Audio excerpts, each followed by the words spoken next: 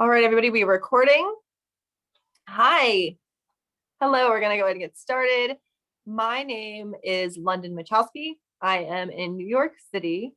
I am a Wella educator. I have been doing hair for like 13 years behind the chair. One of my favorite things to teach actually through Wella is balayage craft. So today we're going to be going over a foiling technique. So this is foiling craft, but it's a very customized specific class just for your salon. And where we're going to go over a foiling technique that allows for a balayage look or finish. This is a technique that I just came up with literally just for your salon. So I haven't taught this anywhere else. Nobody else has this. This was customized specifically for you. Just a little bit about my background. I did hair in Florida for like 6 or 7 years before moving to New York in 2013. I moved here and I started assisting behind the chair at a boutique salon for like a year before I got on the floor. And I've been doing hair in New York now since 2014. I now work at Alexandra Matisse's salon, Muse, if you guys are familiar with her, in Manhattan and Chelsea. She is a global artist for our company. She's fantastic. Yeah, it's great. It's a great salon to work at. I love it. So I'm also heavy into competition hair. I enter BEA every year. I used to enter Trend Vision back when it was Trend Vision. I've competed the last 3 years in a row. So I competed in the very last Trend Vision that they had. Won second for or silver for Creative Vision. Last year I competed. There was only, you couldn't do second or third. Didn't win, but still got to compete. It was great. And then this past year I just competed over the summer and won. I won Editorial Artist of the Year. So if you guys ever have any questions or concerns or interested in entering BEAs, please don't hesitate to reach out to me. I love helping people. I love mentoring. So yeah, I'm available. Use me. Okay, cool. So that's a little bit about me. Also, I definitely consider myself more of a colorist. I do everything in the salon. I cut, I do keratins, I style, I do editorial styling. I also have been doing like more session work here in New York City, which has been great. But mostly color is where my heart is. So yeah, I've been using Wella behind the chair my entire career as well, because I love it. It's fantastic. And I love the education culture. All right, so with that, I have Sully here with me today. She is fantastic. She is also a Wella educator. I'm going to let her introduce herself. She's here to support and answer questions and man the chat and all those great things. So Sully, take it away. Thank you so much, London. And hello to friends with us. I appreciate you guys sitting in. My name is Sully Rollins. I live in Lafayette, Louisiana. So I am way down in the South where it was only cold for about 3 days this year. I have been behind the chair for about 11 years. I've been with Wella for my entire career as a colorist. I've been an educator for Wella for about 4 years now. I'm a master color expert with Wella. Color is my lane. I do enjoy cutting because you build the foundation there, but color is where my heart really lives. Love it, love it, love it, love it. And yes, I am here today to support London, to support you guys. I am going to be in the chat box all day. So if you have questions and don't feel like coming off of mute, please share them there. And again, both of us have our Instagram handles in the chat box already. And both of us follow back. Both of us respond to any messages. Thanks, you guys. Awesome. Thank you, Sully. Great. So as I mentioned before, we're going to talk a foiling craft specifically for a look that looks like balayage. Before we get started, I'm going to ask you, Megan and Michelle, if either of you have any current concerns or questions regarding anything Wella. Doesn't necessarily have to be Blondor, doesn't have to be technique of foiling or balayage, just anything. If you have any concerns or anything that you're hoping to get out of today, I would love it if you'd want to share those with me now. So I'm just really excited just to learn something new with foils, because I feel like I personally get like stuck in a rut.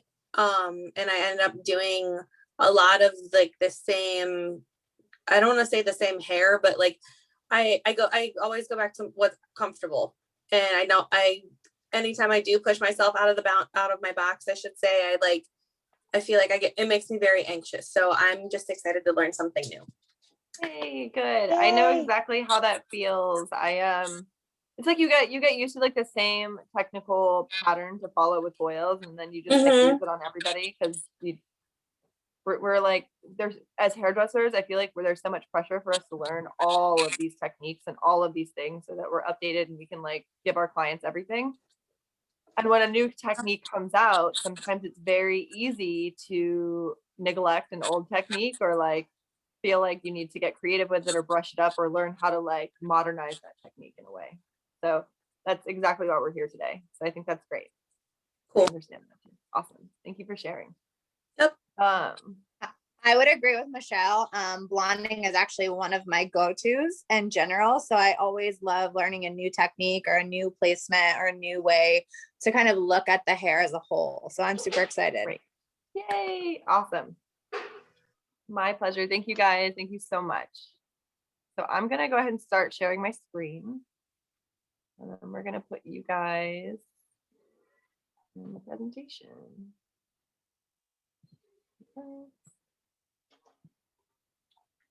All right. Welcome to London Machowski's Foil Craft. All right. So here's what's on the agenda today, guys. We are going to talk consultation. We're going to talk the House of Blondor, foiling versus balayage, why you would choose one over the other, sectioning and placements for the technique that I've created for you. There's going to be a short video, like a hyperlapse video of me applying the color on the full mannequin.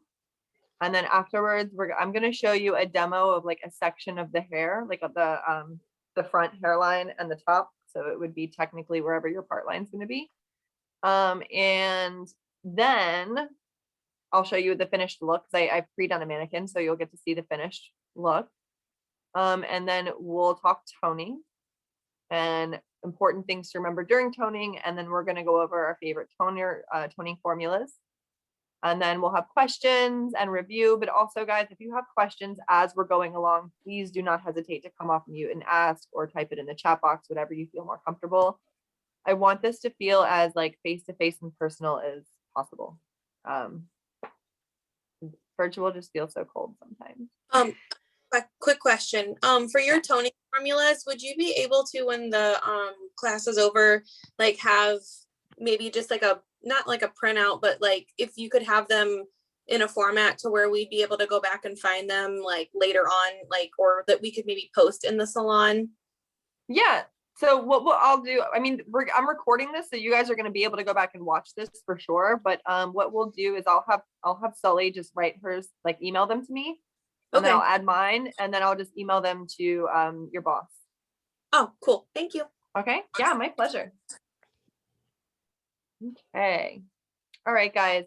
So the first and foremost, the most important factor in any service that we do behind the chair is going to be consultation, right? You got to figure out all of the things essentially. So if you're going to be doing a balayage or whether you're going to be doing a foiling technique, you need to figure out like your starting level, of course. You got to figure out what your target level is, if there's pre-existing dye in the hair. And knowing that balayage open air process is really only going to get you like 3 to 4 levels max lift, depending on if you're fighting color or you're on virgin hair, or if you're using separators or if you're using foils, like foilayage in between. So you really have to like figure out a good roadmap to get you where you need to go. And that all starts with consultation. All right. So first and foremost, the first thing that makes a great consultation is going to be atmosphere. All right. Is the salon super noisy? Is your station clean? Do you have Starbucks cups all over the place? You have tools out all over the place from your last client. Also, like, I love sitting at the same level as my client. I love being able to look at them in the eyes. I feel like with social media and texting and the way that we communicate these days, people don't look each other in the eyes nearly as much. And I don't know if you guys notice this in like conversations with people. If you look somebody directly in the eyes while you're talking to them, they kind of will avert their eyes. I think we've gotten so used to communicating non-verbally that personal, like intimate conversation has become a little uncomfortable. So I like to sit at the same level as my client. I like to look at them. I like to talk to them. I don't like to stand over them. Sometimes that can feel intimidating to certain clients. If you're standing over them, looking down at them, talking down to them, it's like a body language thing. We don't really realize it because we're the ones doing it half the time. But as a client, sometimes it can feel overwhelming. Also, we're so in the habit of staring at our clients through the mirror, talking to the back of their heads, but looking at them in the mirror. That to me just feels impersonal as well. So if you have like a cutting chair or something in your salon, like little stools, I pull over a cutting stool and I just sit down and have a conversation. If you don't have something to sit on to get on their level, obviously you don't want to just like squat midair, can be a little awkward. So figure out what works best for you if you can. If you can't sit, it's a whole different story. But anyway, that's it on atmosphere. So next, you always want to like let them talk about what their concerns are, about why they're there. I always ask, what brings you here today? Even if I know what they're booked for, I want to hear what their concerns are. I want to hear what their problems are with their hair. And with this, in the same question, after I let them talk and before I even offer any ideas, I say, okay, tell me what you like about your hair currently and tell me what you don't like about your hair currently. So this way I kind of get an idea of what they like, what they want to keep, and what they don't like, and what they want to change. Then I start tailoring my ideas to theirs, okay, to their concerns. 2, personalization. So you want to know your client. Knowing your client is so important. It's not a regular client, it's a new client. Make sure you ask about their lifestyle. You want to gather information to build a picture of your client. So are they a stay-at-home mom? Are they like a young working professional that needs to be sort of like on trend, but also looking professional? Are they like a trendsetter? Do they want like funky hair colors and funky haircuts? Are they going to want to change their hair a lot? Are they like more of like a gym rat where they like work a lot and they're in the gym? And so like they're a wash and go, like they don't really have time they're like no fuss, no muss, right? So getting to know these different things about your client's personality is definitely going to help you figure out what sort of color service or haircut you're going to do for them. Cool. Next is advise. So you want to act as a beauty coach. You're going to use the true color equation to determine the best tone, like hair tone for them. And what this means, it's very simple. The true color equation essentially just means if your client has cool skin, cool eyes, then a warm tone is statistically going to look more aesthetically pleasing, not only to them, but to other people. And vice versa. If they have warm skin tones and warm eyes, a cool hair color is going to look best. This does not work for every single person out there. It's more like in general as a rule. Every once in a while, you will come across a unicorn for this. I'm kind of one of those people, like my skin tone on my body is more golden, and then on my face it's more pink. And then my eyes are a cool color, so sometimes it's difficult to figure out like which colors look better on me. But I can pull off both. I can pull off warm and cool. So sometimes you'll find those people. And if you're finding it difficult to figure out which tone is going to look on them, like maybe you're struggling with their skin tone, like me.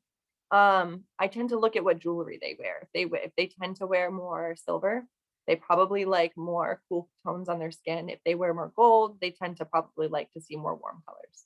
Cool. All right. So you also want to consider personal features and qualities like face shape. And sometimes like even body shape helps, but that's more or less with cutting, not necessarily coloring, I don't think.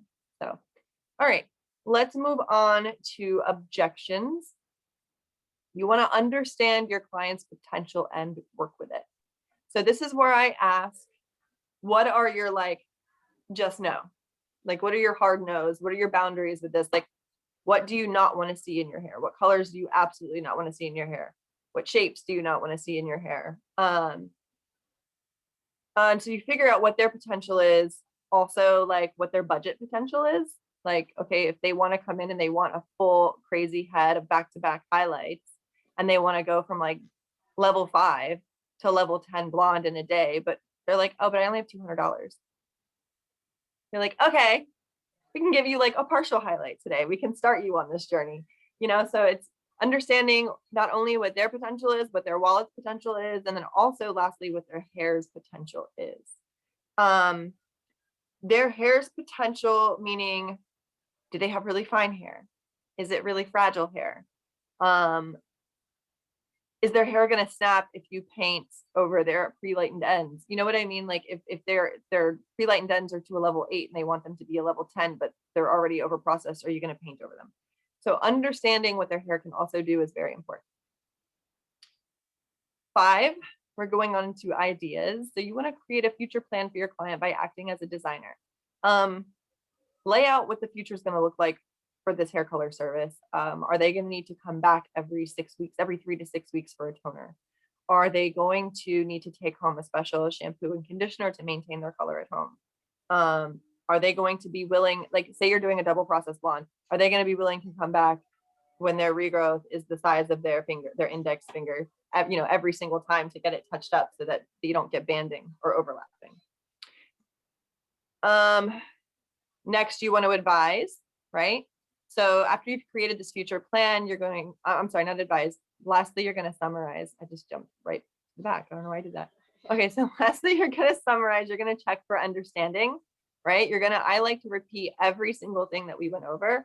I like to repeat what they like about their hair, what they don't, what their goal is, the plan that we've created to get them to that goal, and what the future entails for that goal. And then I also like to repeat price so that they're just understanding with that. And then I like to ask them any questions. I encourage questions from them. Like, do you guys have any questions for me? Have I answered all of your questions? And so on and so forth. So consultation should be very in-depth with every client. And I know it gets very easy. Like we get those clients who come in all the time and you're just like, oh, what's up? You know, what's up, Elizabeth? Same thing? Okay, great. And there are some clients that don't want change. But also there are a lot of clients that end up leaving their stylist because nothing new was ever offered to them. So it's great to check in at least every other time with your client and, you know, just see how they're feeling about their hair, see if they really want to change anything. You can even say, hey, I just took this class and I learned this new technique and I think it might look really great on you. Would you be interested in hearing about it? Simple as that. And sometimes you might get that one client that never wants to change. So.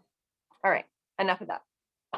So we're going to move on to products. So products meaning products for our technique today. So we're going to talk about the House of Blondor. The first and most popular Blondor product I think that everybody knows and loves is the Blondor Multi-Blonde Powder. And this is like your multi-purpose lifting lightener powder, right? It's got the anti-yellow molecules in it. So it's got that nice blue tonality to it. It's amazing. It's powerful. It's just one of my favorite lighteners on the market. It has been one of my favorite lightener on the market since beauty school. So I don't think there's much else you can say about it. Number 2 is Blondor Extra Cool Powder. So Blondor Extra Cool Powder is very similar to Multi-Blonde. It is clay based, so you are able to use very small amounts of it mixing in with your Blondor Free Lights. So if you're hand painting and you're finding that Free Lights isn't quite lifting as much as you'd like, you can mix a few, like say, for example, if your formula is 25 grams of Blondor Free Lights powder, you could mix in like 5 grams of the Blondor Extra Cool Powder to give it a little bit more like lifting power and also a little bit of that anti-yellow molecule that we know and love so much, right? And because it's clay-based, just like Blondor Free Lights, it will still work in conjunction with Blondor Free Lights, so your painting consistency will be wonderful.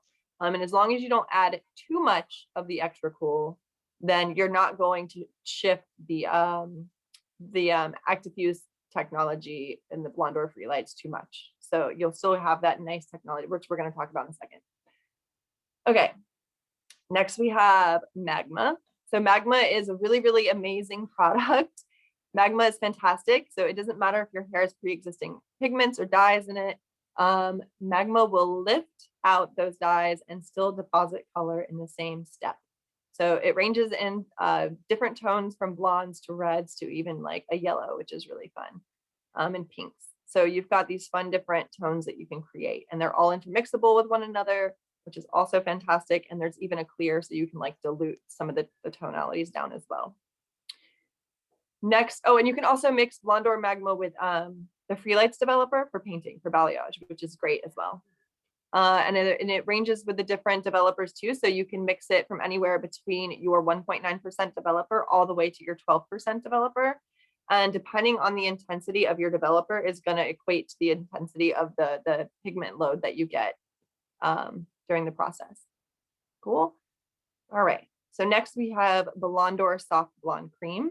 This is my absolute go-to for on the scalp double process lightening. Blondor Soft Blonde Cream is amazing. It's very nourishing to the hair. It has lots of like oils in it. It has just like different nourishing agents in it all together.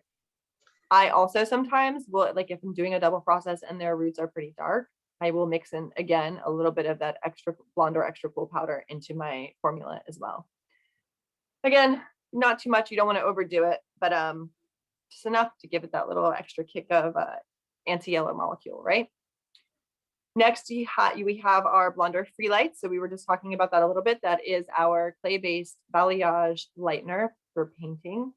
And Blondor Freelights is great. It's a two-part system. If you guys are already familiar with it, you've got part A and part B. Part A being the powder lightener, part B being the developer. Each of these parts contains polymers that are, when they are mixed together, they create the active fuse network, which is like a it's like a soft flexible network. It's like a shell on your lightener. Huh? Like magic shell.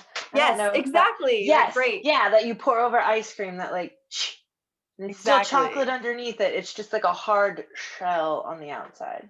So it's a flexible shell, but it does sort of like it lightly dries on top and stays wet inside. So the product continues to work and you're still getting a lifting action happening, but you are able to still put hair on top of that section without bleeding, so that you don't have to waste time or money using separators like cotton or plastic or foil. Although you can use foil if you're trying to get more lift as well. Cool. Lastly, we have our new product, which is Blondor Plex. So Blondor Plex is the same multi-blonde powder that you know and love. It's just been upgraded. So bond builders have now become a standard additive in many blonding services, right? So Wella introduces for the first time our lightening powder with a bond builder technology already included. Our new revolutionary Blondor Plex with easy preparation and up to 97% less breakage. That's right. I said 97% less breakage. And it has the same lifting performance as multi-blonde. You can use Blondor Plex as you would use Blondor Multi-Blonde. So it's just like multi-blondes, except it has a bond builder. So it's going to keep your hair very strong. It has Wella Plex #1 in it. And if you guys are used to using Wella Plex already, you know that sometimes figuring out the mixing ratio, depending on which service you're using, can be a little complicated. So this just takes the guesswork right out of it for you. It still gets you up to 7 levels of lift, just like Blondor. I will say that it doesn't like liquefy or get foamy as much as like regular Blondor will as well, which is a fantastic characteristic of it. Still gives you multi-blonde results. It's dust free, and it also contains the anti-yellow molecules, the same as Blondor. You're always going to complete a Blondor Plex service with Wella Plex #2, just like you would if you were using Wella Plex in any of your services, right? So just to briefly go over what those steps would look like, just as a refresher for you guys. You want to make sure that you mix Blondor Plex mixture as usual. So your Blondor and your developer, whatever ratio that might be. And then you're going to apply on hair as usual. So whether you're doing foils, whether you're doing balayage, whether you're doing, you know, root retouch, whatever it is, then you're going to rinse, towel dry, do not shampoo yet. Then you're going to apply Wellaplex number 2, so the bond stabilizer, and that's going to develop for 10 minutes. Then you're going to rinse, and you're going to shampoo, rinse, towel dry. And if you have any toners, that would be the point. That would be the point that you would do the toner, or you can do the post-service treatment if you're not going to tone. Okay. If you were doing a toner, I would do your toner, your gloss, and then I would apply your post-service treatment after that. Okay. Moving on. All right. So next we're going to jump into balayage versus foiling and just some key characteristics of what makes them different. All right. So balayage is going to give you natural looking color results, right? Soft, gentle flow of color, which I love. That kind of just makes me think of like the hippies from like the 60s and 70s, just like being like how you say when you're flexible. Okay, so guys, I'm just going to interrupt you really quick. Sully says this really cute thing when she's meaning that she's flexible. She's like, I'm wavy. So when I think of soft, gentle flow of color, that's what I think of Sully going, I'm wavy. It's wavy. I love it. Okay, you guys, so the regrowth is way less noticeable with balayage, right? And there's maximum creative scope. So it's a visual application.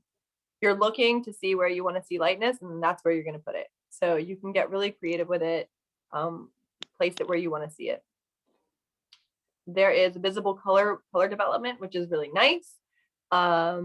It's easy. You don't have to unfold a foil. You can just kind of go and like pinch the section and see how it's developing and check your color, right? It's easy to follow up and touch up, I think. And then there's open air processing. So open air processing is great. However, if you are going for an aggressive lift, if you're going for a lift of like more than 3 levels, open air processing is going to slow you down, right? So that is where foiling comes into play. Foiling is more intentionally perceptible, meaning where you place that color, it's going to be pretty compact. It's going to be right there. It's going to be, everything is intentionally placed and it looks that way typically, right? So again, it's compact and even color appearance until you learn the technique I'm going to teach you. It's got a visible regrowth. Like traditionally it would have a visible regrowth, although I'm going to show you a technique today that sort of helps blur that for you. There is technical guides to follow, right? So unlike balayage where it's more of a visual placement, this is like there's a technical guide you have to follow. The color development is enclosed. So while it's a little bit more, while you have to basically unfold an envelope of foil to see how it's processing, even though you have to do that, but because it's enclosed, again, it's going to be you're going to get more lift. You're going to get more bang for your buck, right? That lightener is really going to process harder and faster. And then the follow-up is typically more complex, just because you have to figure out where you put those tedious foils prior. Okay. All right. So now we're going to move on to sectioning. So this is sectioning for the technique that I mentioned that I created for you guys. So this is how I would just take my sections. This is the top of the head. I've gone from the recession on each side and created a horseshoe shape extending to just past the crown. And here's the side and back so you can better see what I mean about extending past the crown. The horseshoe shape goes just behind the crown. And then I've taken for the sides, I've taken just behind the ear, coming up to like on a diagonal, coming back to that horseshoe, right? And then from the middle of the horseshoe, under the crown, down to the nape, just right down the middle, there's just a vertical separation. All right. So this is our placement key. The red lines, as you already saw, are going to indicate sections. The navy blue lines are going to indicate slices, right? Our like thin slices. Navy blue is thin slice. Our light blue broken line is going to represent a weave.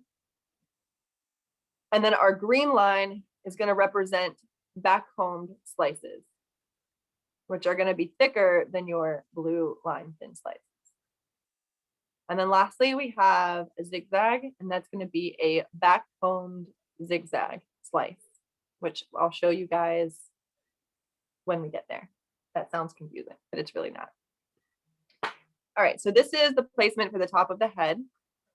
Okay.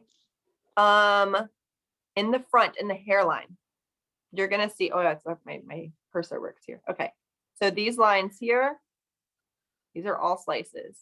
So I take first a slice here, and then I cross over just on the hairline, a slice there. And this is literally like right on the hairline. And you want these to be really thin. So there's no hair underneath. It's like directly right there on the hairline. Okay.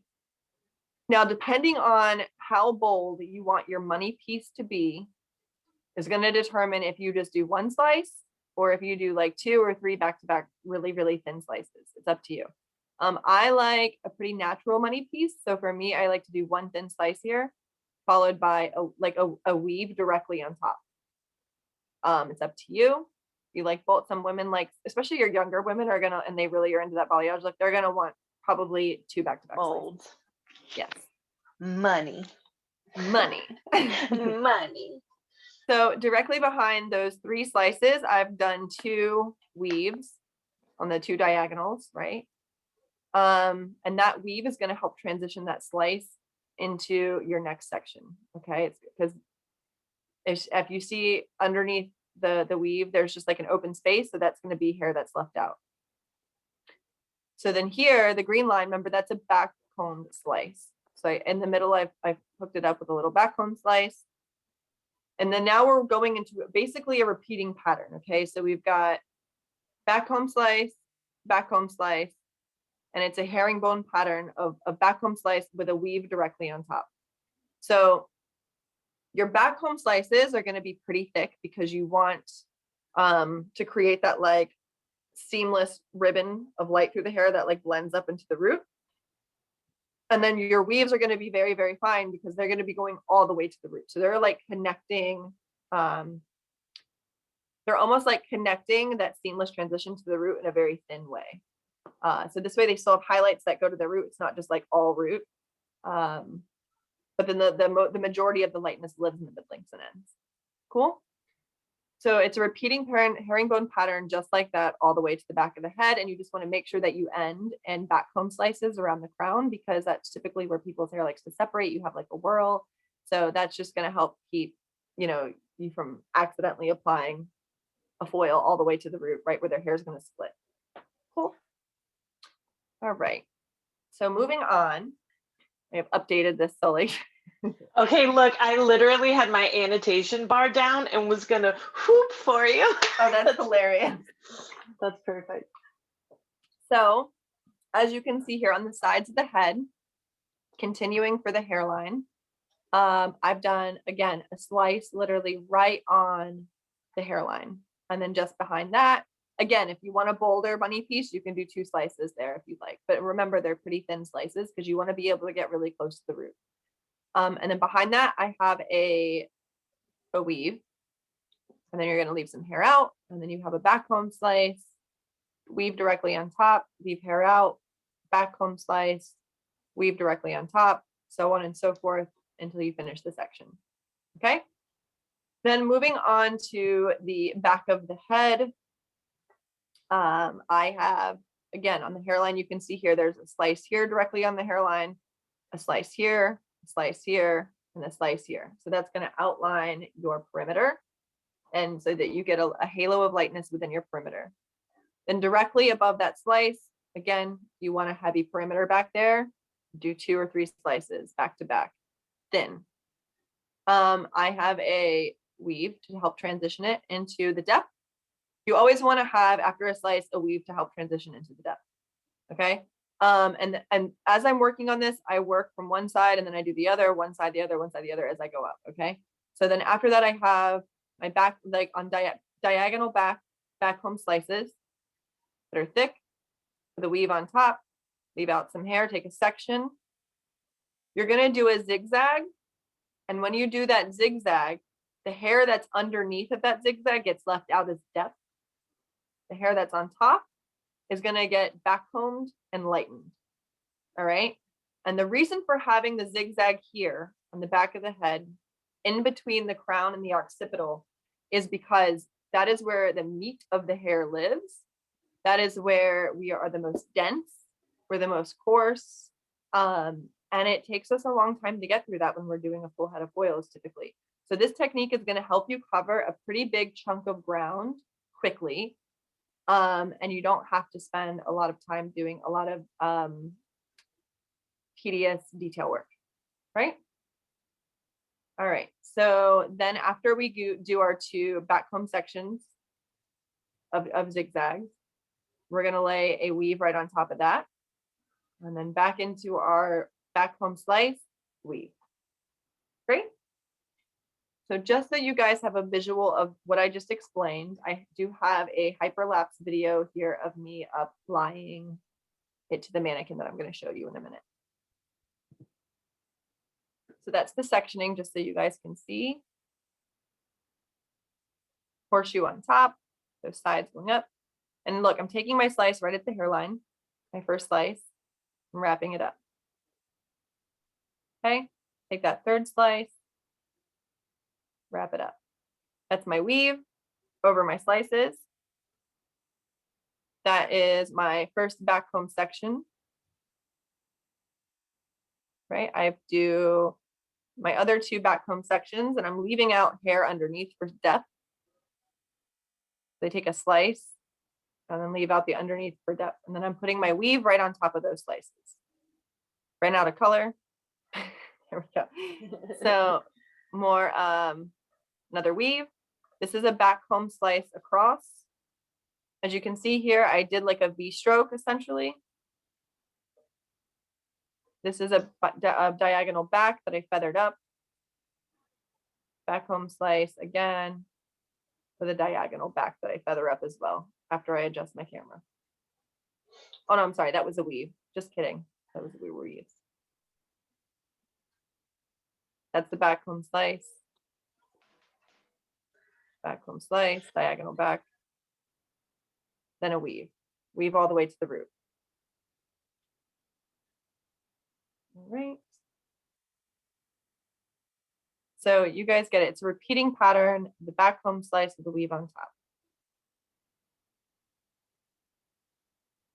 Now, how much hair you leave in between these foils is going to determine your depth. So if you want something with a very, very high contrast, you're going to leave more depth in between. If you want something that's more soft and natural, you're going to leave less, and more blonde, you're going to leave less depth in between.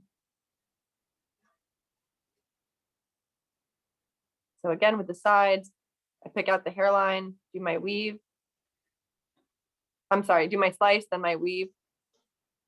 Back comb, weave, back comb, weave, back comb, weave. When I get to the back section, I'm on that hairline, I do my slice, slice, weave, slice, slice, weave. Then I start taking these diagonal sections with my back comb slices, weave right on top. Back comb diagonal section, diagonal, slice, sorry, weave on top. And these are my zigzag patterns right here where I back combed the top section, painted it, left out the bottom. Zigzag section, painting the top. Back comb, paint the top, leave out the bottom. Again with my other zigzag, oh no, then that was a back comb with a weave, back comb with a weave, back comb with a weave. Up into the crown.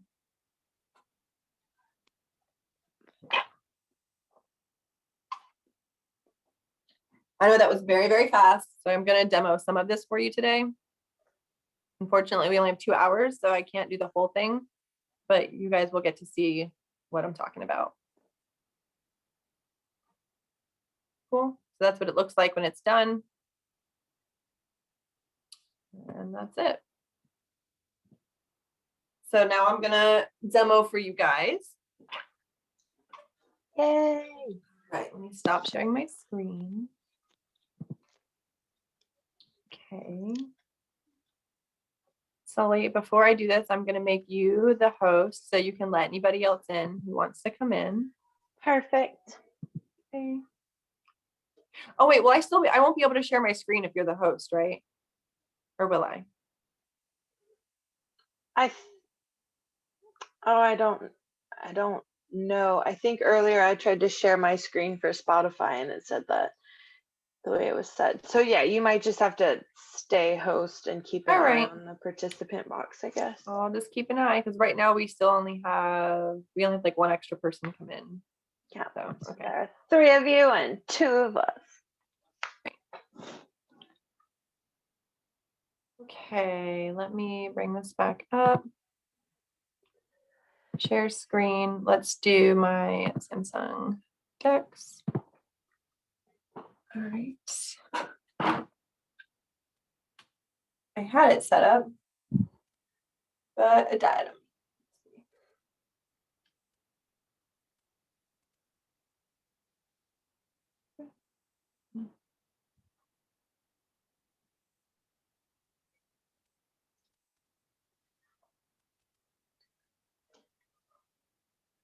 All right. Let's do camera. All right. Let's put you in video.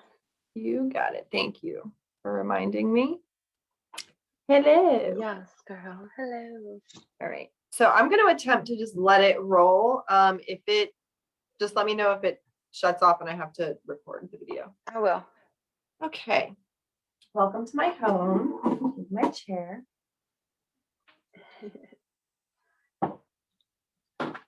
Bring out our lovely model, Erica. I've already gone ahead and pre-sectioned her. Actually, I can probably point this down.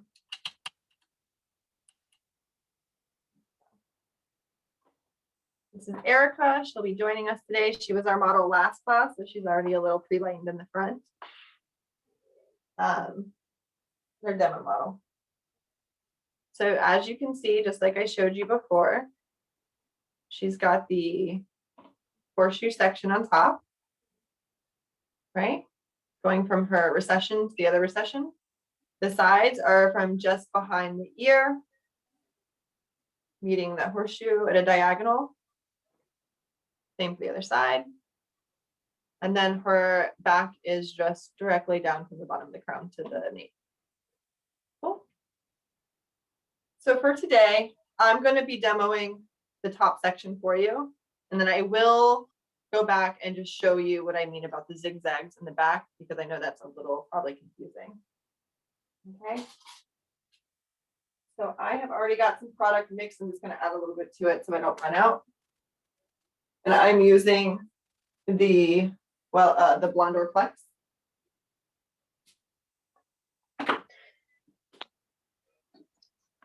Do you guys use BlondorPlex at your salon? So we had it briefly. I don't know. I would love to get it back in because we use Wella Plex all the time. I think that we just at the time hadn't had the education on it. So I would love to see if we're gonna get it back in. Oh, I love it. I love it so much. I feel like when they gave BlondorPlex to the education team at the studio, oh God, was that 2019 or January 2020? The last time I personally got to do anything super fun. January 2020, when they gave us BlondorPlex to play with, all you heard through the whole studio was the consistency, the consistency. Mm-hmm. it's like it's Blondor, it's traditional Blondor, but something about the addition of the Plex technology in the powder, the consistency is so much creamier. And I have never had a problem with the consistency of Blondor ever in my life. But now that I've had Blondor Plex, it's like I can't go back. Like I'm obsessed with Blondor Plex. All right, you guys. So just because I am starting in the front of the hair, I am using the most, okay. I see what just happened.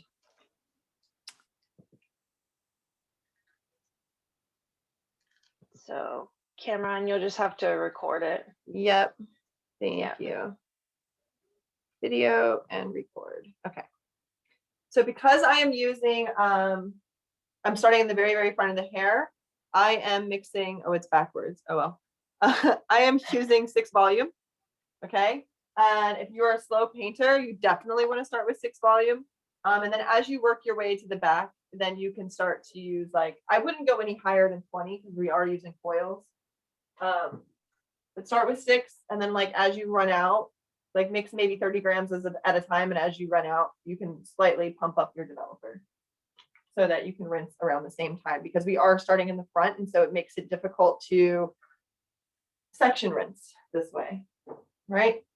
Yeah. All right. So this is my front section here.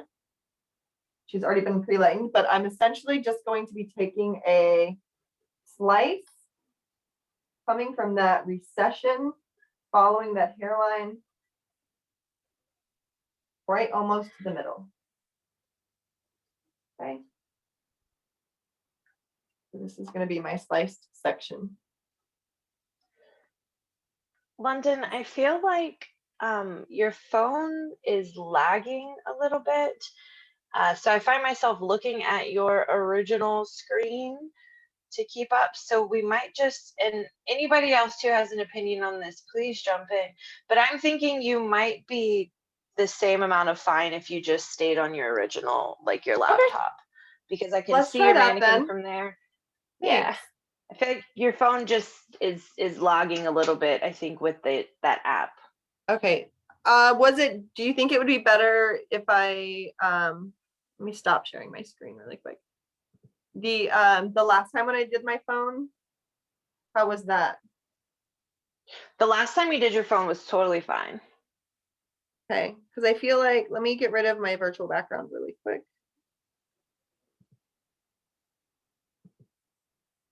If you think this is going to be better than the last time, I'll just leave it here. The only thing is I can't get my laptop up on top of the head. My phone is up higher, so you'll be able to see what I'm doing better. You know what I mean?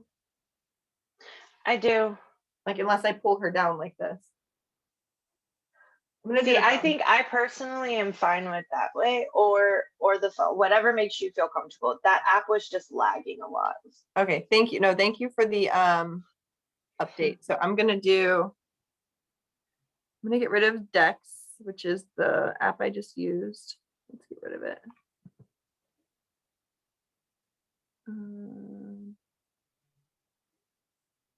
Oops. Hello. What did I just do? Are you guys, you're still there? Okay, I don't see anybody. So yes. I just went to get out of it, and now let me unplug my phone. Ha, there we go. Cancel. All right. So I have another option. Let's do that. You guys gotta love technology, right?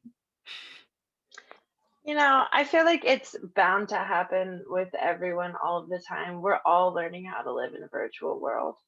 So crazy. I mean, yeah, technology issues happen every day, all the time. Now we're just solely relying on technology. So they seem like bigger deals than they actually are. So before you guys. Oh, no. Don't close that. Just kidding. Before, I was telling the first group that I actually bought a GoPro for this so that I could connect it to my computer and wear it on my head as I worked. So you guys would see exactly what I see as I'm painting. And Sully and I tested it out yesterday, and it worked perfectly. Perfect. And the last time I also tried to use it, for a class, it worked when I tested it and then stopped working the day of the class. So yeah, at least it's consistent, right? Keeping consistent. Just consistently don't work when I need you to. Consistently. Exactly. All right, you guys, so this is kind of a crazy, messy screen because I got a lot of things happening. But as long as you can see what I can see, that's all that matters. I'm going to move this over here, though. And move this. So right closer. now on your screen share, it just says London's Galaxy Note 20. Oh, you don't see the video? No, no, ma'am. Well, I see the video.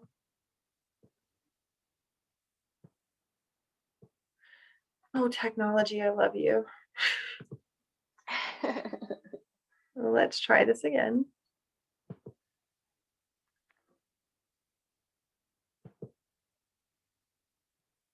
Do you see it now? The video? I still don't.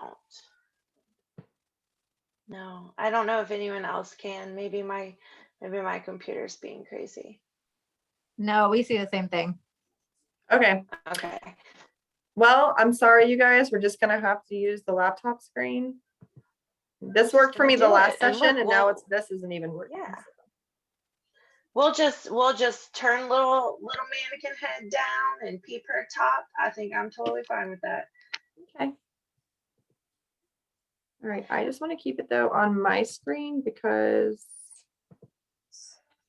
how can I pin my video? There we go. Awesome. So this way I can see what's happening. I am gonna turn off my video so that maybe nothing else will lag. Just I am still here, guys. I'm just gonna be not Perfect. Okay. All right. Minimize. Okay. Also want to minimize the chat, please. I can't. I'll just close this. Okay. All right. Now let's get to work. So I've just taken a slice, like I mentioned, literally just at the hairline, right?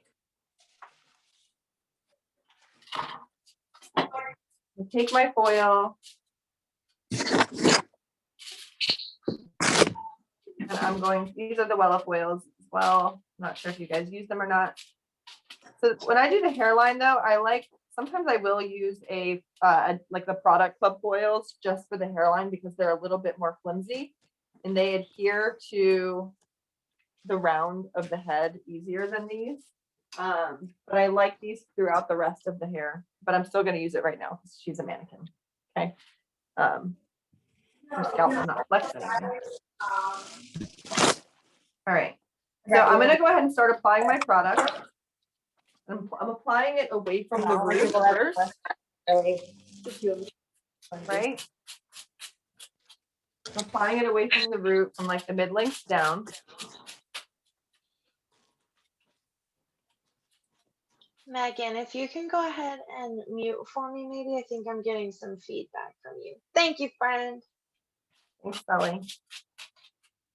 And so I'm fully saturating through the section from where I started down, right? Taking my lightener, really laying it on thick.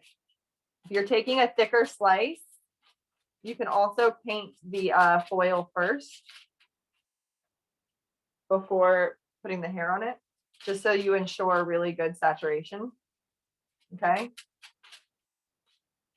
So once I get it saturated from where I started and I still have that little bit up there, then I will start to take it and feather it up to the root. And with this feathering, I'm really doing more of a surface saturation. So I'm holding my brush as if I were balayaging, meaning I'm painting really with just the sides of the bristles and not the tips of the bristles. If that makes sense. So I'm going to feather this up to the root, right? I'm going to blend my section saturation into my surface saturation. I'm going to fold this up halfway because I don't want my section saturation to overlap my surface saturation. Fold up the second time. And I'm only pinching the sides. I want to leave a pocket of air here. I don't want to pinch this bottom at all. I want to leave it fluffy. Okay. And I'm going on either side of the section right where the hair comes out from the scalp and bending my foil. And because these, you have to manipulate these foils a little bit more to adhere to the hairline, they're going to get a little wrinkly and crinkly and like not look amazing. But don't beat yourself up over that. Just know that it's almost imperative to get up close to the root with these, right on the hairline. Okay.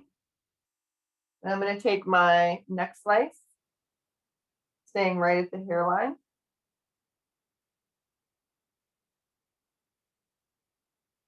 Right. This up.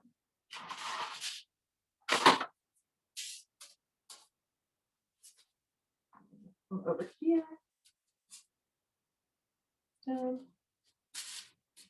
I'm going to put that foil right under section. I'm going to move the foil so it adheres to the round of the head on the hairline. Apply my product just below the root area. Completely saturating my section.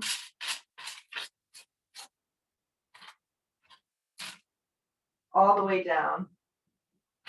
And those mids and ends. Okay. You can try really get in there. And then I'm going to start again. I'm going to push the foil back up to the scalp because it's kind of dragged a little bit at this point. And I'm just going to start feathering that lightener up for more of a surface saturation. Feathering it up to the root. Right. Okay.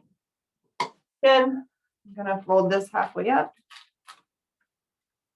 Being careful not to put a bend in that bottom.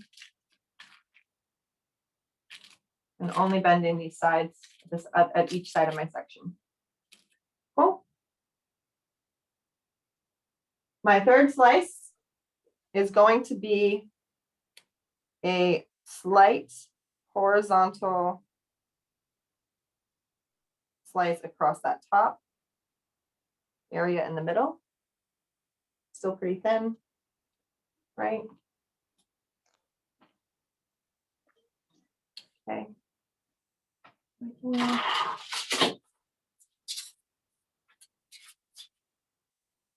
gonna put this here.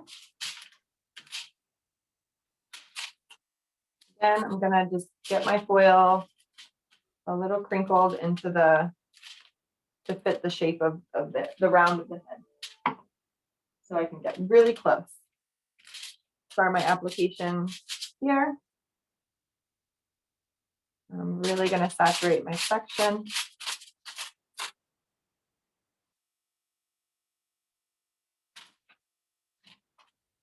Is that blown out? Like, is it too much light? Can you guys not see that? Occasionally I see the reflect back from the foil, but I still think it was doing better than your other device. Is that better? Was for me. No. No, I think that looks worse. Looks kind of the same. Okay. All right. So like Lindsay, Megan, Michelle, everybody feeling like they're getting a good visual from this? Does it look too blown out? I feel like it looks blown out to me. I agree. Sometimes the angles, it does get the reflection, but like when you stand like that, like where you just were, yeah. See the foil. Like I can see the application, I mean. When I stand on this side. Yeah, because I think your shadow's blocking the light. Let me close my curtains. Hang on. Thank you, Michelle, for helping us navigate this virtual technology weird world. We You're appreciate welcome. you. How is that? Is that better? The sun is like coming through my window, like right directly right now. I think that looks better than it did before. Yes. Okay, cool. All right, you guys. So yeah, I'm saturating this section. I'm gonna feather this up to the root. Again, you want to lightly feather it up to the root, and I'm gonna let Sully tell you why it's good to feather it up to the root. So when we feather up to the root, we get that prettier, softer regrowth that you typically get from a balayage application, where if you have consistent saturation through your entire foil, you're going to end with a balayage inspired foil technique. Like it's going to look more like a foil technique. When we're doing this softer feathering toward the scalp, we get that nicer outgrowth. We get that more organic gradient of color. Thank you, Sully. You're welcome, friends.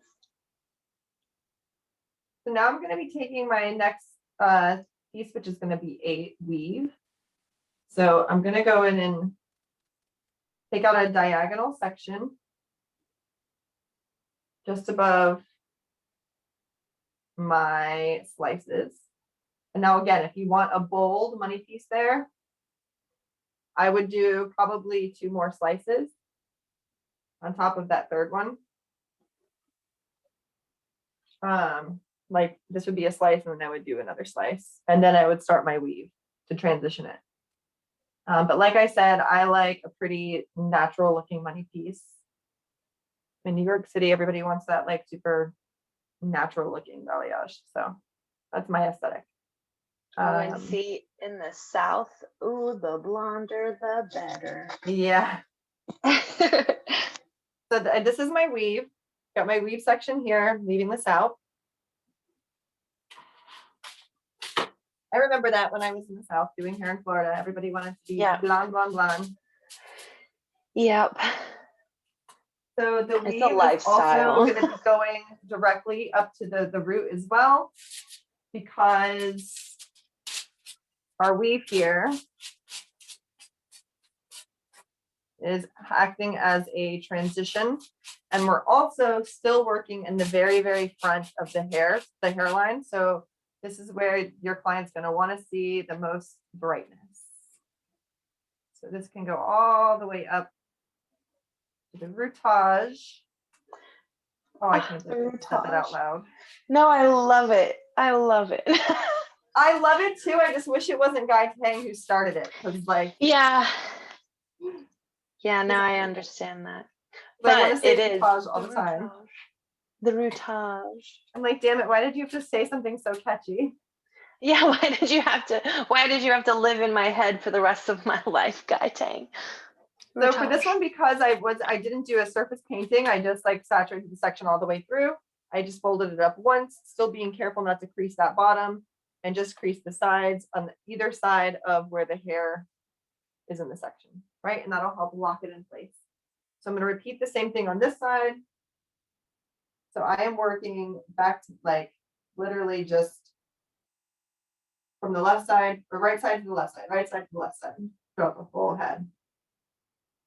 Okay, another section here for a weave.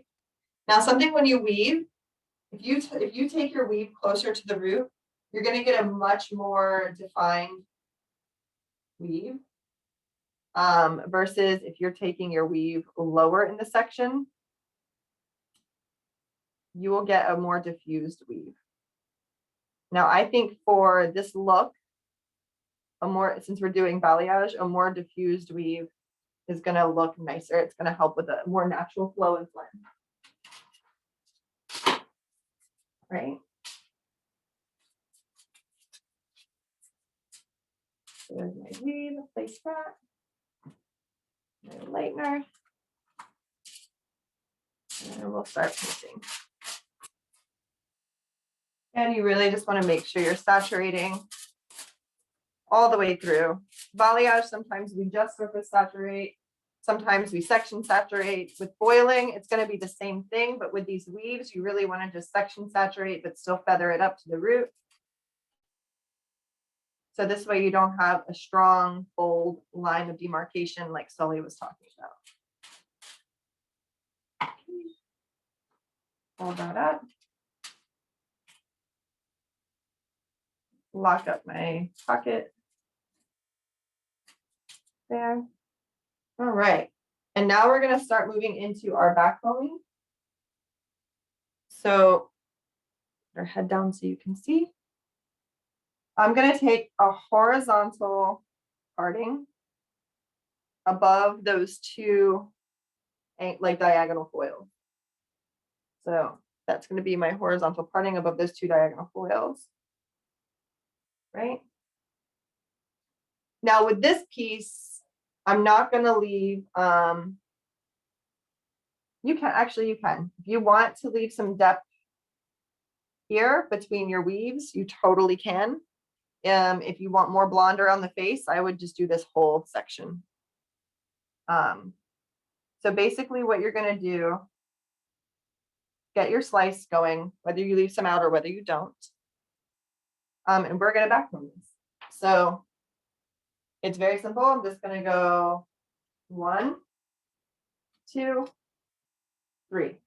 Now on that third backcomb, right now my comb is almost like parallel to the head. I'm going to lift it up and turn the teeth toward the scalp and pull it above where I just teased. Put the teeth on the scalp, turn the comb down and press it into that teasing that I just created. And sometimes it'll take you a couple of times to get it because it's, especially at a mannequin, because the mannequin scalp isn't flexible. It doesn't move. So it becomes a little tough to get that comb to lock into place. But the goal is to get it to really lock into place so that your backcombing doesn't move while you're applying your lightener. Okay. If you're taking thick slices, it's pretty smart move to load your foil up with lightener first. So I will just paint a nice section of lightener on my foil. That brush. Take my section that I just backcombed, lay it on top of the lightener that I just painted. And then, oops, let me get that off my screen. I don't know if you guys can see that. Go away, text messages. Sorry. Oh, we can't. I couldn't see. Oh, you can't see it? Okay, good. Nope. No distractions. All right. So I'm painting my section. Again, I'm starting somewhere more in the mid lengths, right? So depending on how high up you want your lightener to be for these bigger like blended ribbons is how high up you're going to paint. Now remember, it is back comb, so it's going to be already away from the scalp. And when you're working closer towards the front of the face, you probably want to still bring it up kind of high. And then as you work your way to the crown, then you're going to get lower.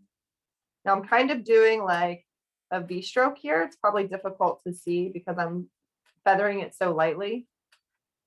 Probably difficult to see on the screen there. But I section saturated from like here down, and then I surface saturated here with like a blending technique, like you would do with balayage, right? So I feathered in here like a V. It's like this, like a little triangle right there. Okay. Beautiful. Okay. And again, because I've got that surface saturation, I'm going to fold my foil just under it. Fold it up again, pinching the sides, not the bottom. And I'm going to lock that right into place. It is so awkward standing to the side as you foil versus standing in front of it. So pardon me if they don't look super pretty. I want to make sure you guys can see. So All right. London, you are doing great on time. I just wanted to give you a check. It is 11:15. Thank you. You're Perfect. welcome. Let me know when it's 11:30 and then we'll switch over. I will Okay. definitely do that. Thanks. So that is our first backcomb section. My next one, I'm going to do another backcomb section here. You can put a weave on top of this if you'd like. I'm not going to because it's such a wide section. We're going to do another backcomb section, and I'm going to take pretty big ones. And this is where the herringbone pattern starts. So I'm going to do my first diagonal for the herringbone here. Or head down so you can see. I'm going to take a pretty thick slice, right? I'm going to leave out, this is going to be my depth. Actually, maybe a little bit more. So this gets left out and this is going to be your depth. This is your pretty thick slice. Again, I'm going to backcomb 1, 2, 3. Now lock that backcombing in place with my comb. It doesn't want to stay because her head is down. So you guys can see, there we go. Okay. Got my backcombing and then that's my depth. Take my next foil. Load it up with product. If you guys work with assistants, this is a great job. Like if you're fast at this, this is a great job for your assistant to stand there and preload your foil for you with later. Not sure if you guys do that, but anytime I have an available assistant who has a lot of free time, I have them come help me preload foils. All right, so again, I'm feathering that product up. Surface saturation, blending it into section saturation, right? Sometimes that comb is going to want to try to slip out, so just make sure it stays pressed in there. Blend it up. Fold it up. Lock it in. Okay. And then before I move on to the other side of my herringbone, now I'm going to do my weave. And I'm doing my weave directly above that slice. After you clip that up, can you check the participants very quickly and just make sure no one's waiting? I think Megan is the only one that's still currently with us. And I just want to make sure no one got accidentally logged out. I just admitted somebody was waiting. Yeah, I just got her. Perfect. Oh, yeah, so Michelle got kicked out. She's back. I think she needed back in. Absolutely. There we go. I figured something like that may have happened and just wanted to take a second to check. Thank you. All right, so I am now taking my weave directly above that thick slice. So leaving that out, this is the top. My foil. And again, the weave is going to go, it's a fine weave. You want thick slices and fine weaves, okay? Thick backcomb slices, fine weaves. When you do your hairline slices, those need to be pretty fine as well. All right. Painting this weave all the way up to the top.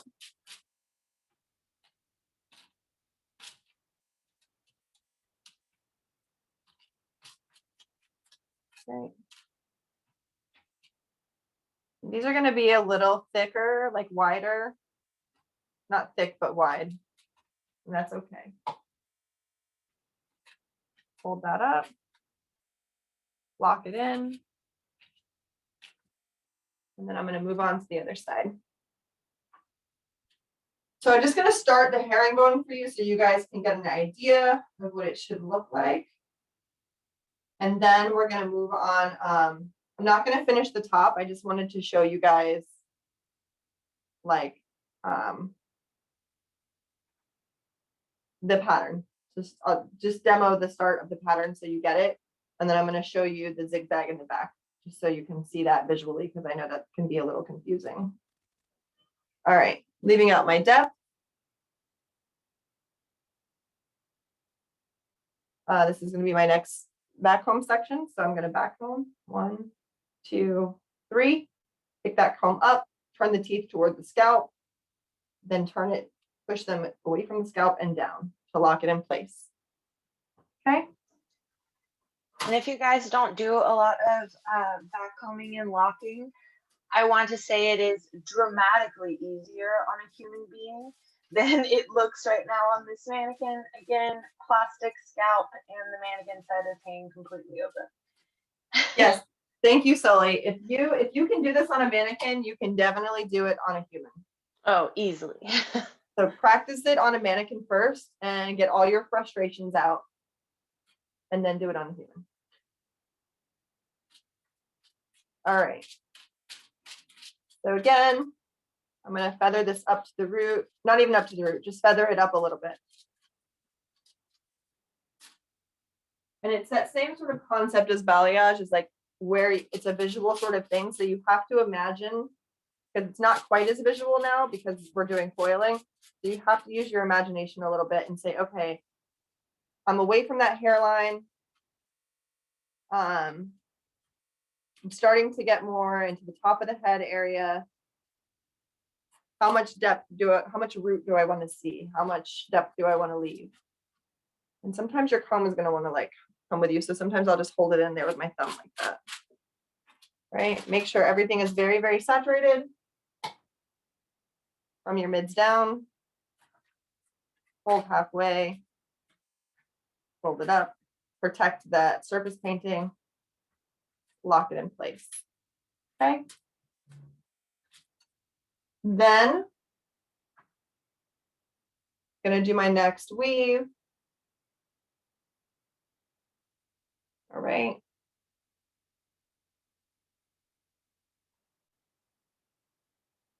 Weave it out. Get a foil.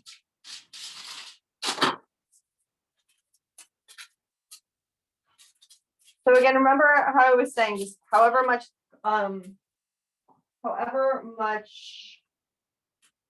contrast you want to see is going to determine how big your sections are, how big your slicing sections are, and how much depth you leave in between. For a more natural diffused look, and for a heavier blonding, you're going to take much smaller sections and much thinner slices.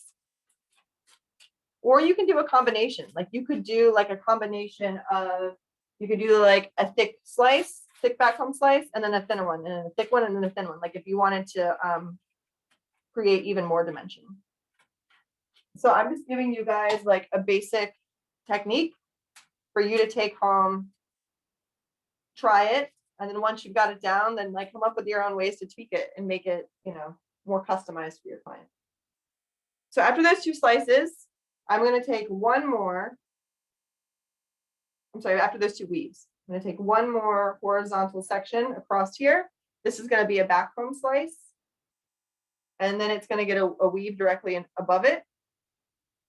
And then I'm going to continue with that herringbone pattern. Cool? All right. So to save time, and just so you guys can get an idea of what the zigzag is in the back, I'm going to show you that really quick.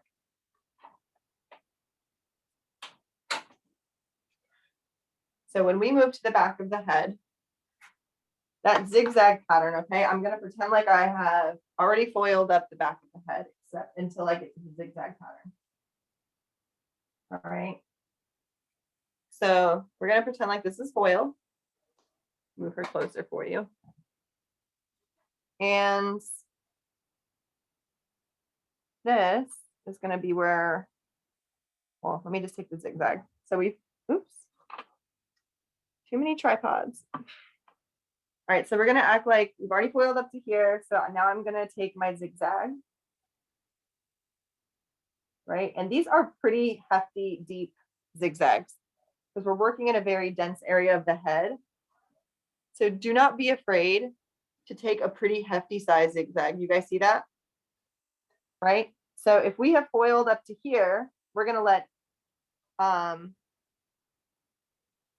this hair drop, right? And the top of that zigzag, this is where we're going to back comb this section and place it in a foil. Does that make sense? Is that helpful? Yes. Okay, cool. I ran out of bleach, so I'm not going to do it for real, but I just wanted to make sure you guys understood that concept, because everything else is basically repeating, and that's the only thing that I haven't showed you yet. Okay, cool. So now, move her out of the way. I'm gonna bring my chair back and turn this light back on. Oops.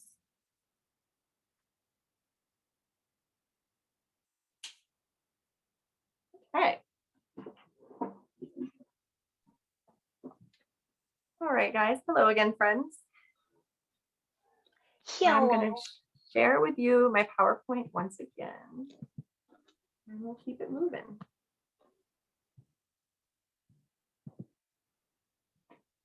So, all right. We just did the demonstration of the key important parts anyway, for time's sake. So now we're moving on to toning. All right, so toning is a super important part of any sort of blonding service, you guys. And the pro tip that I have for you with this, always, always, always check your foils or balayage with the level finder to ensure the proper level of lift has been achieved. All right. I know as hairdressers, we get super, super used to eyeballing it, to being like, let me go wipe the color off, let me check. Oh yeah, that looks like a 9. And then you get to the sink and you rinse it, and really it's an 8 because you didn't check it. And lightener always will play tricks on your eyes. It will always make the hair appear lighter than it really has lifted to. So making sure you check before you rinse with a level, with a visual reference is super important. So again, you want to start by removing some of the color off of your product with the tail of your comb, or like the tail of your color brush. If it's balayage, I just pinch it, right? And then once you remove a small amount of lightener, you're going to use the underlying exposed pigment finder. So this, not the natural level finder, but you are exposing pigment. So this is what you want to use. Okay.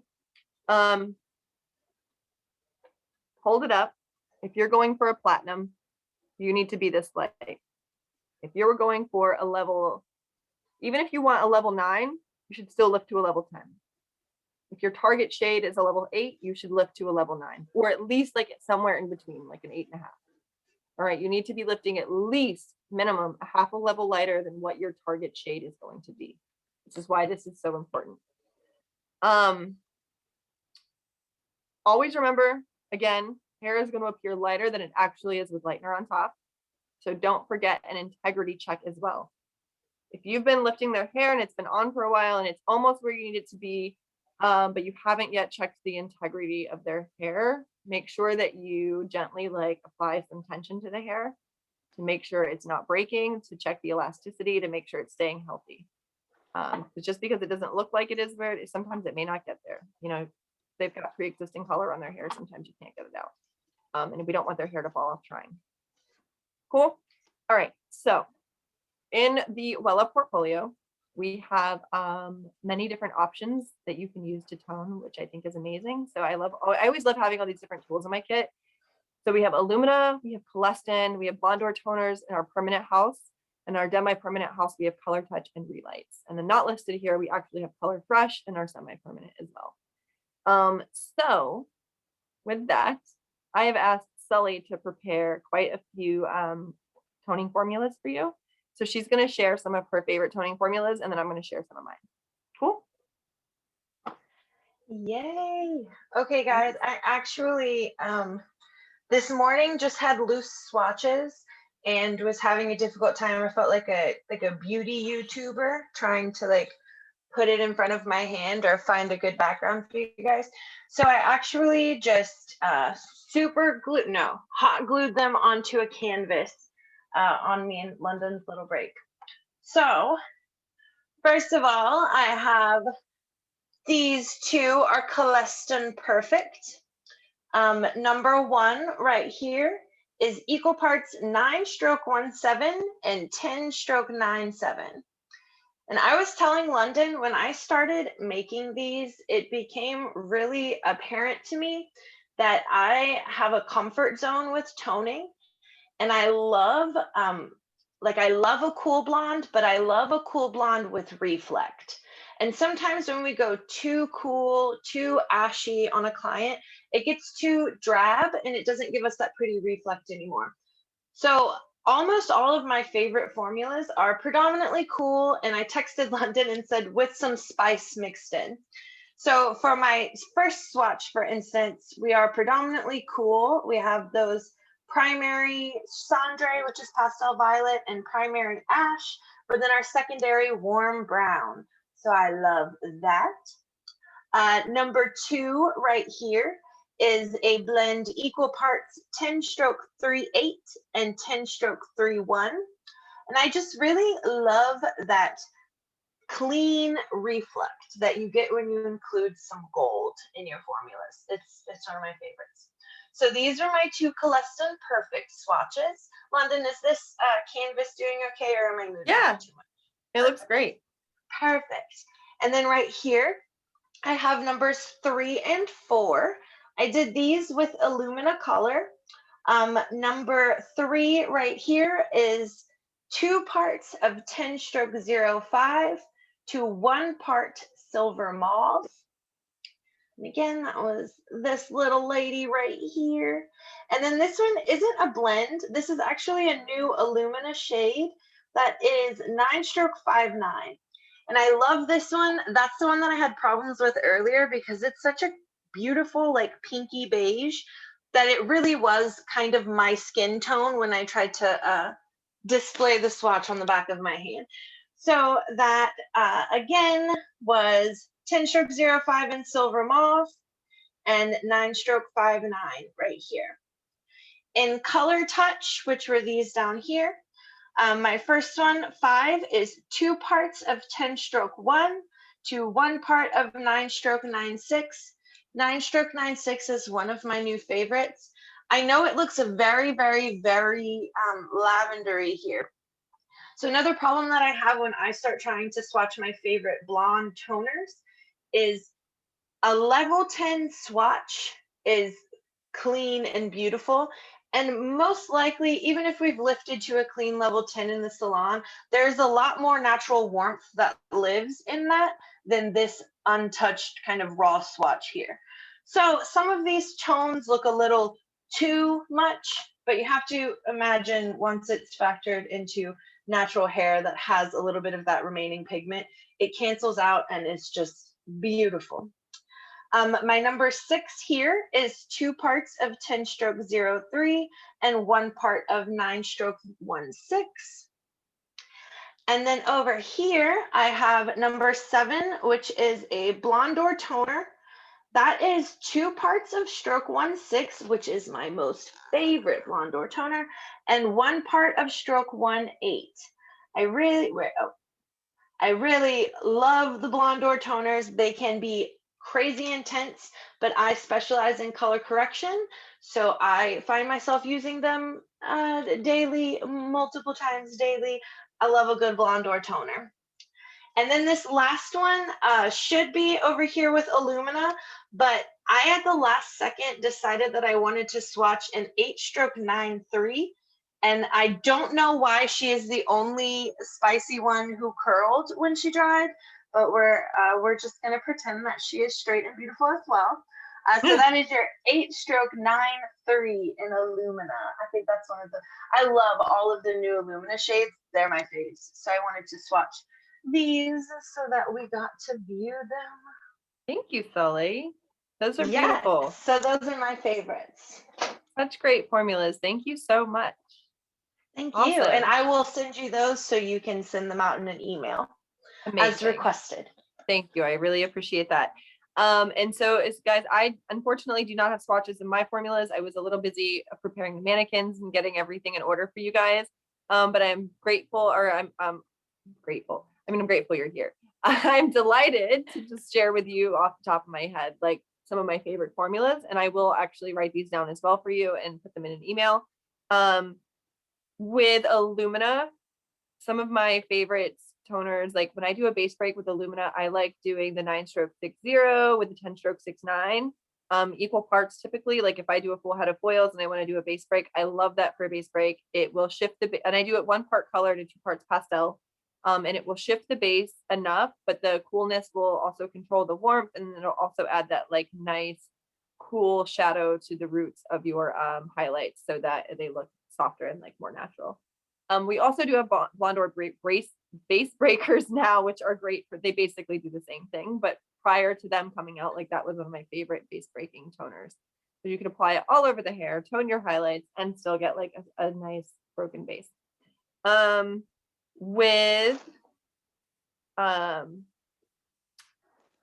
yeah, also like if I'm doing a copper red, I really like to use the reds with Illumina as well to tone with. Like if I'm doing a copper red with highlights, I do enjoy using Illumina for that as well with the stroke 4-3s. That being the 9-stroke 4-3. And sometimes like if I want it a little deeper, like I'll mix it with a little bit of the 7-stroke 4-3 as well. So with Koleston Perfect, I like to use Koleston Perfect to pastel tone warmer shades. So I really enjoy using like the stroke 3/8 by themselves with pastel, so double pastel, stroke 3/8, or as a glossing service, which we talked about last session. So a gloss, the difference really quickly, you guys, between a pastel toning service and a glossing service. The pastel toning service is 1 part permanent hair color, so either Illumina or Koleston Perfect, to 2 parts pastel developer. Now this is going to be like your lipstick, right? It's going to be a more opaque coverage. And then versus your glossing formula, which is going to be either 1 part Illumina or Koleston Perfect, 1 part 1.9%. So if you're using Koleston, it would be pastel. And if you're using Illumina, it would be your ColorTouch 1.9%. And then 1 part post-service treatment. Only the post-service in the purple bottle, you guys, not the new Color Motion Plus 30-second post. Only the original post-service mixed with that. So it's 1 part color, 1 part 1.9, 1 part post. And that's going to be your color glossing service. And so that is like, as opposed to being your lipstick, this is like your lip gloss. So it's going to be high shine and a more sheer finish. So when I typically tone on like warmer blondes, like my golden blondes, I like to usually opt for the glossing service because it's more sheer, and I just want to like slightly control the warmth, the underlying warmth that's already there, instead of like completely cancel it out, right? So that's I also like the stroke 1.7s as well. Those are great. When I tone with Koleston, I tend to just kind of like pick one because I think the like the shades that are already combined are so beautiful. With ColorTouch, my absolute favorite ColorTouch formula for an icy platinum blonde is going to be equal parts 10 stroke 6. And you guys, this goes on a very clean level 10, very clean level 10. I'll do equal parts 10 stroke 6 and 10 stroke 8-1. And so that 10 stroke 6 goes in and cancels out any unwanted yellow that's left. And so it allows that 10 stroke 8-1 to basically be the tone that you're getting. So you get a very icy white platinum color, and it's beautiful. And I mix that with 1.9%, 1 to 2. Also with ColorTouch, I didn't mention this in the last one. One of my favorite formulas as of late for ColorTouch, for like a level, like a good, like beigey, really pretty level 9. I like to mix equal parts of 9 stroke 9.7, which is from our Le Beige collection, with 9 stroke 9.6, which is one of our new cooler tones. And it's really pretty. It creates a really like smoky beige. So that's been one of my. I wrote that down.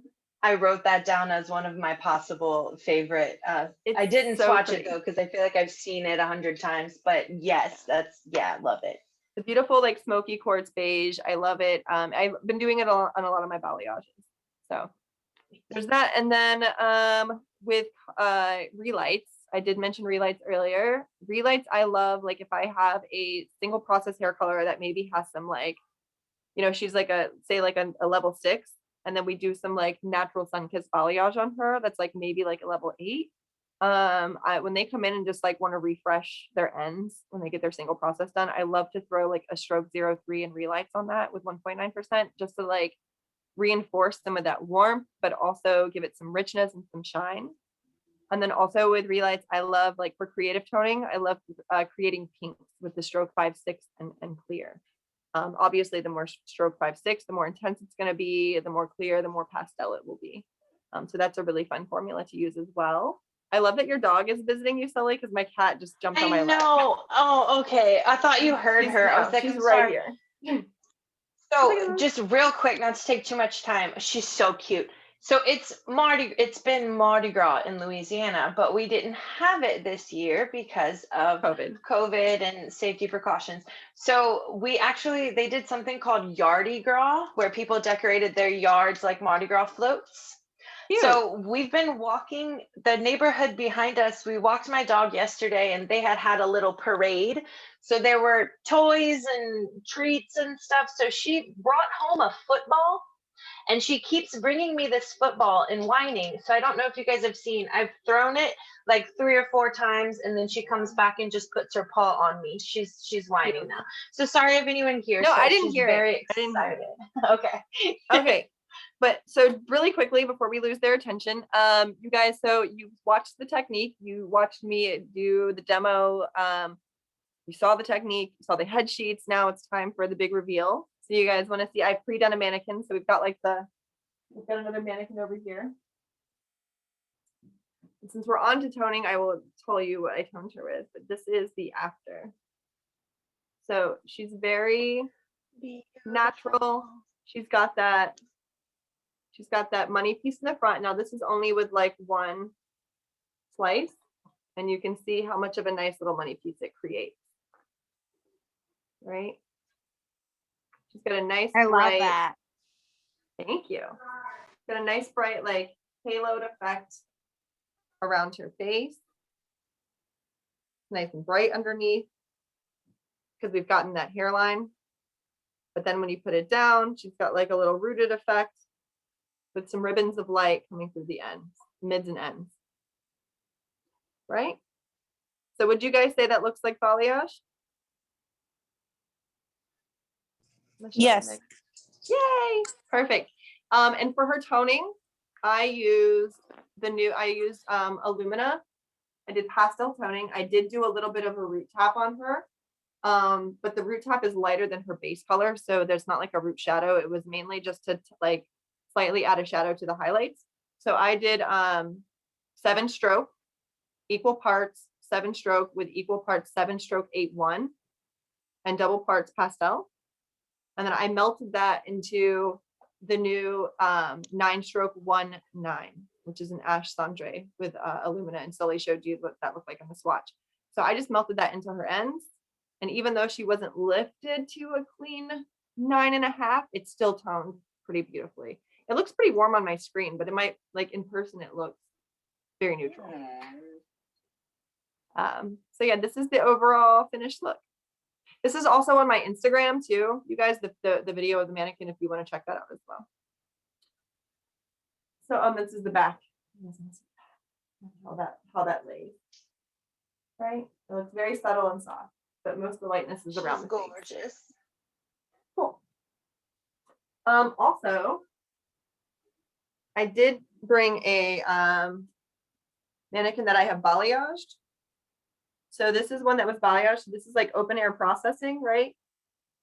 The ends are like a little bit more heavy lifted, but you can see like the level of lightness in the mannequin got much lighter because this is open air versus foil, right? This is also a better quality mannequin than this one. And so mannequins are never gonna like quite lift right as as bright as you want them to, but you guys can just kind of see like the side by side of how one is brighter and lighter than the other. I hope that's helpful. All right. So do either of you ladies, we have about 15 minutes left. Do either of you ladies have any questions or concerns or feedback? I really like just like watching you, like how you like did the application, and I want to try that on somebody, maybe a mannequin, but like I actually want to like do it on a person, and like if they're willing to, obviously let me try that. So I'm excited to try that. That Yeah. makes me happy. Mhm. Okay, awesome. I really hope that you guys can take this away and work with it and do it, because I had a lot of fun creating it for you. As soon as your boss told me that she wanted a foiling technique that looked like balayage, I was like, yes, challenge accepted. So that's fun. So, all right, let me pull back up my PowerPoint really quick and we'll just review. And then we'll close out.